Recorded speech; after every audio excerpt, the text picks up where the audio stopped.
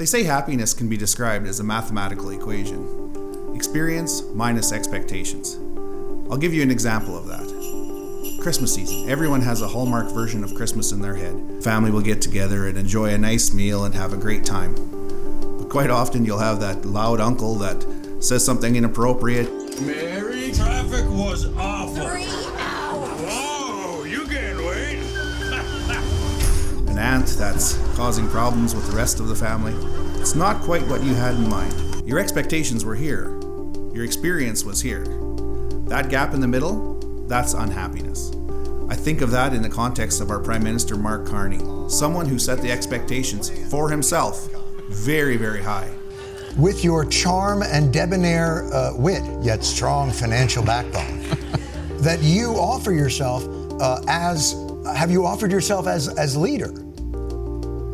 I just started thinking about it when you Look, if there's not a crisis, you wouldn't be seeing me. I am most useful. I'm honest. I'm most useful in crisis. I'm not that good in peacetime.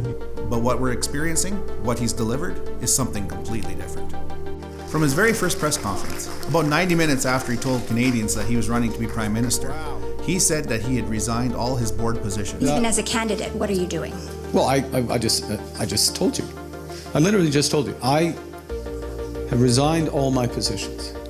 I resigned all my positions. Full stop. We found out the very next day from the National Post that this wasn't true. During the campaign, he was stomping around saying, elbows up, we're going to fight Donald Trump everywhere. And we're going to tariff for tariff with Donald Trump. Not only did he drop all the tariffs during the campaign and not tell anybody, but then just a couple of weeks ago, when a reporter asked him about this, he said, who cares?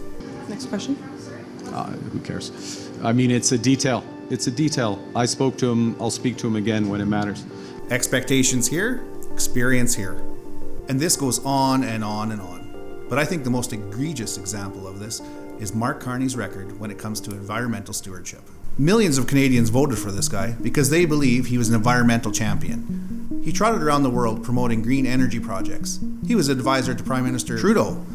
It wouldn't have been unusual a few years ago to see this guy on Bloomberg or BNN talking about green projects and how Brookfield was there to save the day, where all he talked about was green energy and how we had to get to net zero. Our ultimate objectives, which is to get to net zero, we do not just have a cap on emissions, but those emissions are brought effectively to zero. In terms of, we have both far too many fossil fuels in the world. We're going to have enormous stranded assets, half of gas, 3/4 of coal, etc. Maybe up as much as half of oil reserves, proven reserves, need to stay in the ground if we're going to get to where we are.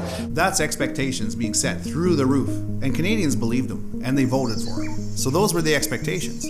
Now let me introduce the reality. The Amazon rainforest. The lungs of the planet. The biodiversity here is incredible.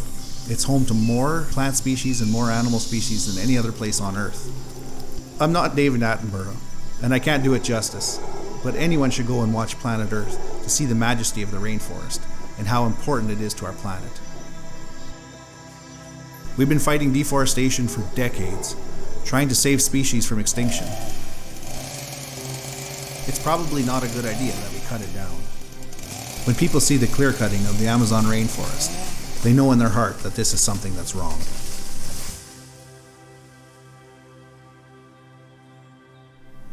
But then, along came Brookfield.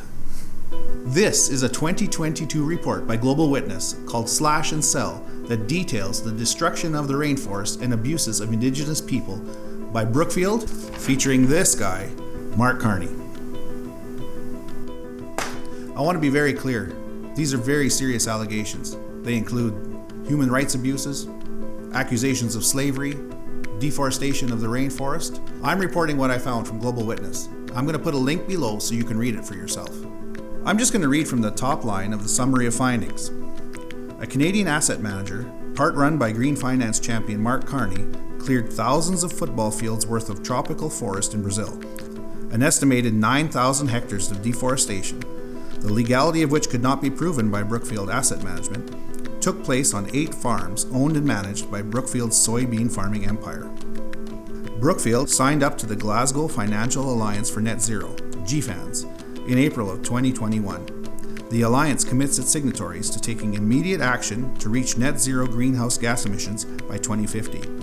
Yet, deforestation on Brookfield's farms released an estimated 600,000 tons of CO2 in the 9 years up to June 21, destroying parts of a crucial carbon sink and biodiversity hotspot. And so this guy was trotting around the world with his elbows up, telling everyone that they need to reach net zero by 2050. They have to drive an electric vehicle, that you have to suffer to save the environment.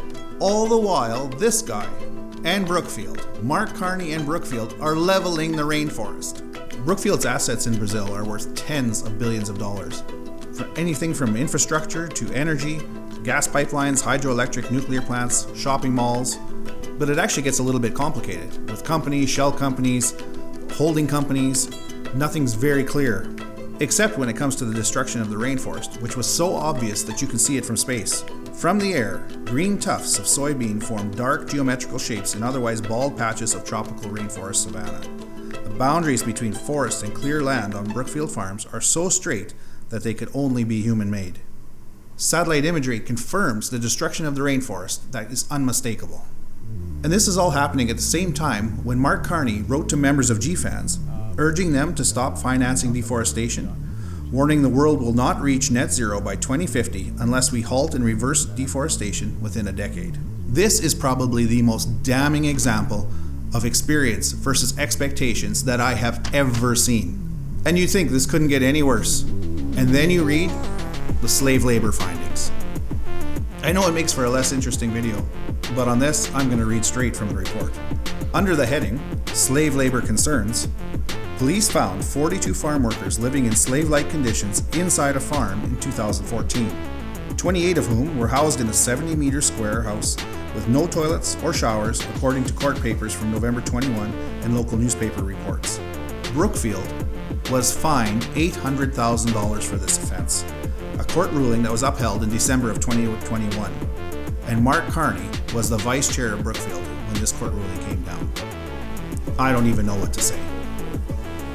Can you imagine for 1 second if Pierre Poilievre, or a company that he was connected to, had these kind of accusations against him? The legacy media would have lit their hair on fire. Yeah. So I mean, we have basically a liberal heckler who snuck in here today. Thank you very much. I'm being heckled here by. Thank you very much for your congratulation. Thank you very much for your questions. Millions of people voted for Mark Carney because they thought he was a champion for the environment, for green energy. This could not be further from the truth. Why weren't we told about this during the election? Thousands and thousands of NDP voters switched to the Liberals in the last election, thinking that Mark Carney was an environmental champion, that he had their best interests at heart. How are they learning about this for the first time right now? Now, I'm not saying that Mark Carney had slaves, but Mark Carney was the vice chair of Brookfield when a Brookfield-controlled company paid $800,000 to the Brazilian government as a fine for slave labor-related offenses. And can you imagine if the situation was reversed and it was Pierre Poilievre? What would the media do? This situation is so absurd that I can't believe that I'm having to clarify that Mark Carney, the Prime Minister of Canada, had or didn't have slaves. There are court documents and satellite images to back up all of these claims. Let's bring this back to happiness. Expectations minus experience. If your kid came to you and said, I want a red bike for Christmas, and you got him socks, I'm pretty sure he'd be disappointed. I think the same thing's true with Mark Carney.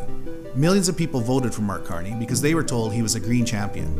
And now they're learning that he participated in the deforestation of the rainforest. They were told he was one thing. Now he's proving to be something else. I think Canadians are going to be pretty upset.